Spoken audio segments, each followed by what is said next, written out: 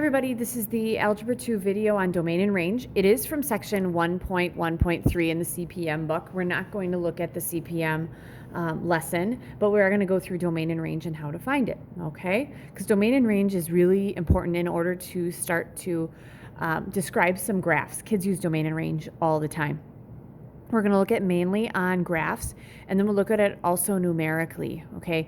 Meaning there's going to be some things about some equations that would say that my x or that my domain can't be certain things. So we'll look at the graphs first, and then we'll look at the numbers later, okay? So looking at my graphs, okay, first we have to find what is the domain. I feel like I taught this to Algebra 1 last year, okay?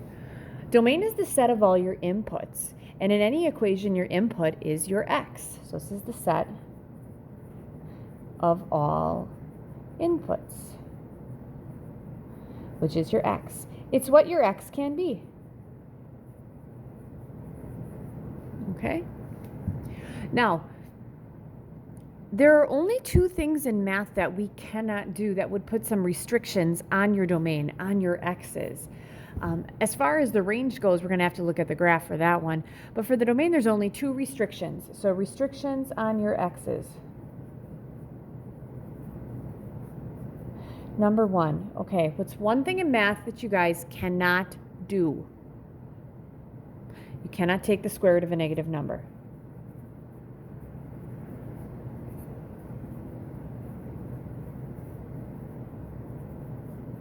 You cannot do that. Okay, that's my first thing, which we talked about. I know that we talked about that in algebra because we did the quadratic formula. Kids loved it when there were negatives inside because then they were done because you couldn't do anymore. All right, the second thing you can't do, I know you learned this in Algebra 2 as well, I should say. You cannot divide by 0.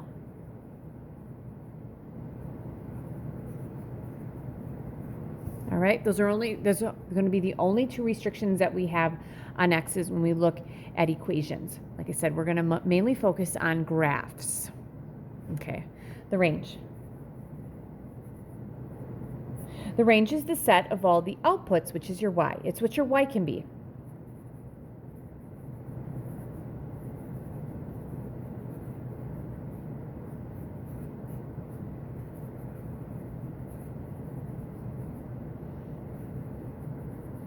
And generally, I look at the range. I always look at the graph for the range. Okay, so we're not going to get into super complex domains, but I do want to look at 3 quick examples on where we might have some restrictions and where we might not have some restrictions. And we're going to be looking at domain and range in interval notation, but I'm not going to necessarily do intervals here because there's something interesting going on with one of them, okay? So we're going to find the domain. Okay, and this is looking at the domain algebraically.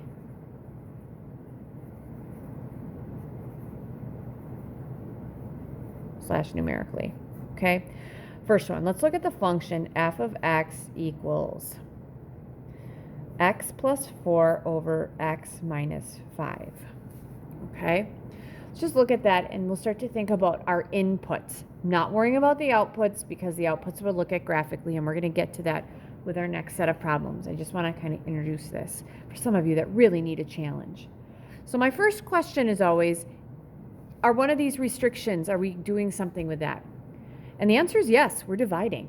We cannot divide by 0. So we'd say this guy here, this denominator cannot equal 0. Okay? So my question is, what can't x be? What is the thing that makes the denominator 0? X cannot be 5. So we're going to say x cannot be 5 because 5 minus 5 equals 0, and the denominator cannot be 0.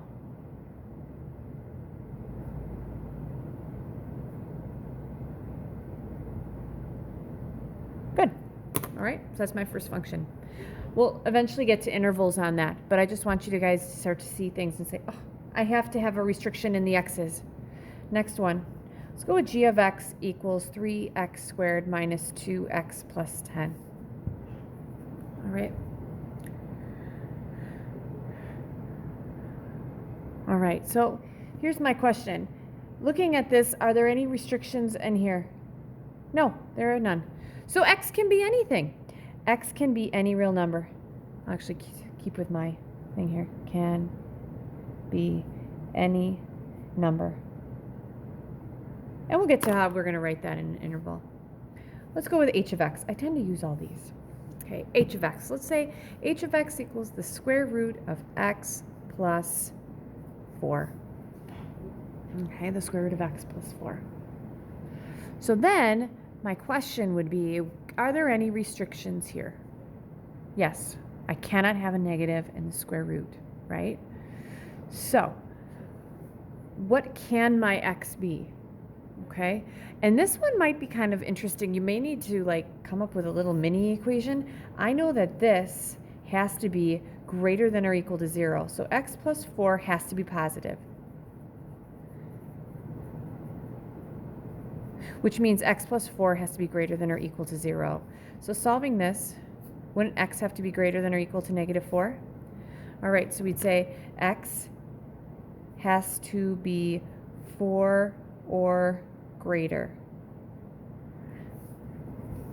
Okay, because if I put, I'm sorry, negative 4 or greater, my bad. Because if I put negative 4 in here, negative 4 plus 4 is 0. I got a square root of 0. Something that's smaller than that, wouldn't it be negative 5? If I put negative 5 plus 4 in here, that equals negative 1, and that's no. You can't do that. All right? So I just want you to start looking at some functions when you get them and start to think about what your domain can be.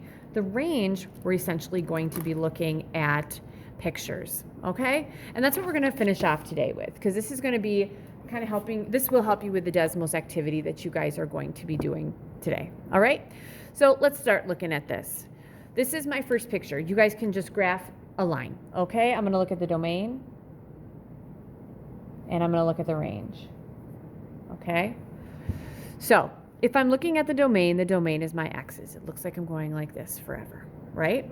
I'm going up forever. Does it look like I'm not going to hit certain x's? No, it looks like it's going to the right. Your domain is going to the right and left. Doesn't it look like it's going to the right and left forever? Okay, so the domain can be any number, but we're not going to use that anymore. Sorry, guys. We need to use intervals. So if it's going to the left forever, what's that called? Because remember, intervals go smallest to largest. It's going to the left forever, that'd be negative infinity. 2 to the right forever would be positive infinity. And those are always in parentheses. All right, we're going to lift that up just a little bit for you.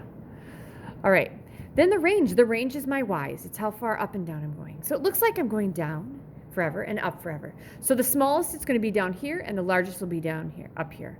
So how small this looks like my range can be any number. All right, so it's going to go from small would be negative infinity to infinity, and those are always in parentheses. All right, so that's for any line. All right, the next one. Okay, I'll write some points on here if you're writing these down. This guy here is at negative 3, 3. That's important. This point is at 1, 2, 3, 4, 5, 3, 5, negative 3. And this one's at negative 1, 1, 2, 3, 4, 5, 6, 7, negative 7. Okay, the domain and the range. All right, so my domain. Okay, looking at my domain. Domain is my x's. How far to the right and how far to the left do I go? So if I put my hands around my domain, it'd be from here to here. Does that make sense, you guys? My least is negative 3, because that's my x. 2. Probably should use some pens.